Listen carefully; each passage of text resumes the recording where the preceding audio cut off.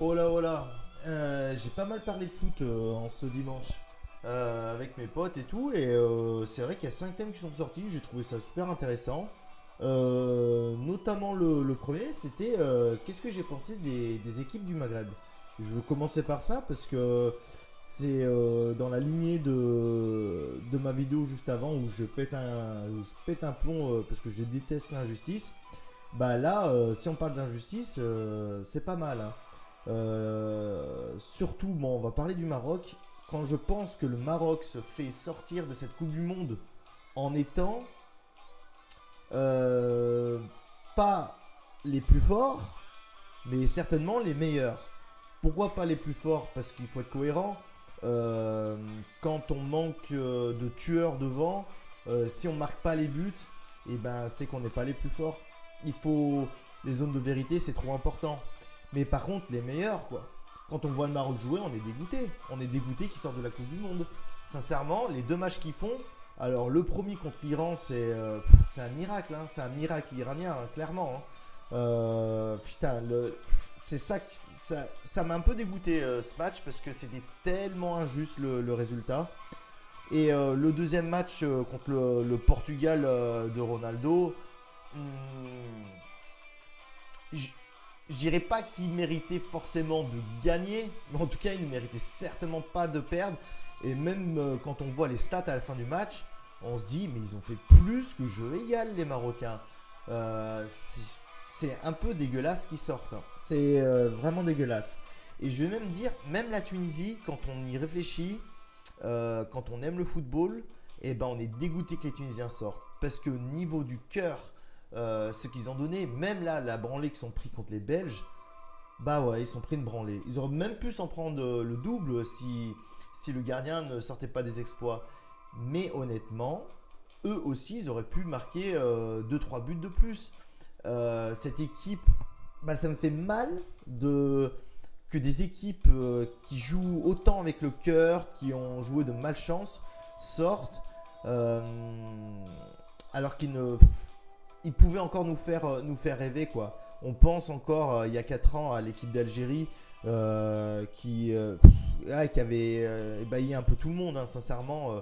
Neuer, c'est Neuer qui les sort. C'est Neuer qui les sort. Neuer, ce jour-là, il n'y a, pas, y a rien à dire, quoi. Mais bon, après, les Algériens, ils ont coulé depuis, hein, clairement. Je pense que je sais pas si c'est une question de grosse tête ou quoi que ce soit. Mais par contre, le Maroc, la Tunisie, sincèrement, le collectif, bah ça fait chier. Voilà. C'est un peu injuste dans cette Coupe du Monde qui sortent comme ça. Un peu plus pour le Maroc, parce qu'on on a senti qu'ils étaient tellement proches de la victoire sur les deux matchs, en vrai, que voilà. Mais bon. Après, on a parlé de la France qui va faire 6 changements contre le Danemark. 6 changements.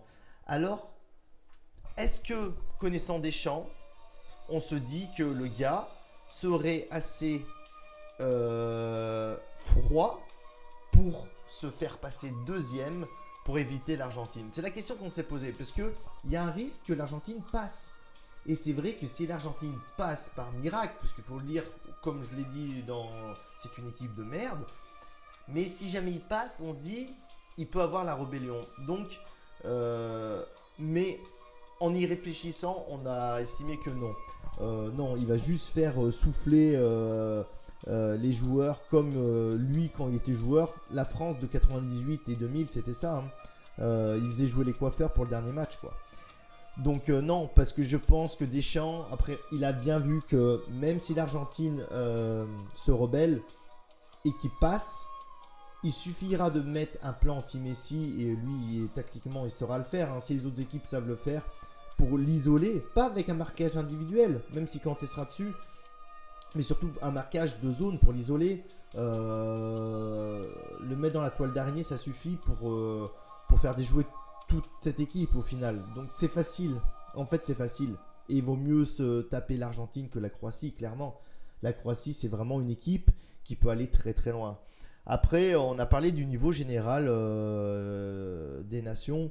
Et là, sincèrement, clairement, le niveau général mondial a clairement explosé. Bon, même si le Panama, voilà, Mais bon, comme on dit, le Panama, c'est plus une nation connue pour la boxe, surtout pour leur star qu'autre chose. Mais sinon, quand on voit, il n'y a plus de deux petites équipes. Regardez l'Islande. Euh, Même les équipes africaines, on peut dire que le Maroc et la Tunisie, ce sont des petites équipes. Mais est-ce que vous avez vu comme ils les ont fait galérer? Il y en a plein des petites équipes. Le Sénégal fait partie des petites nations. Mais ça fait partie des nations. Là, ils sont pas loin de passer. Le Japon, regardez le Japon. Le Japon, ils sont incroyables. Sincèrement, les Japonais, ils vont les accrocher, ces huitièmes de finale. C'est pas mal, hein. Par contre, on a eu un gros débat sur le VAR. Et cette Coupe du Monde, l'arbitrage, je pense qu'ils sont dans l'excès. Ça se voit que c'est une première. Vous avez vu tous ces pénaltys. On a l'impression que le problème de la vidéo, c'est qu'on voit le contact. Et donc, chaque contact est considéré comme faute. Alors que ce n'est pas toujours le cas.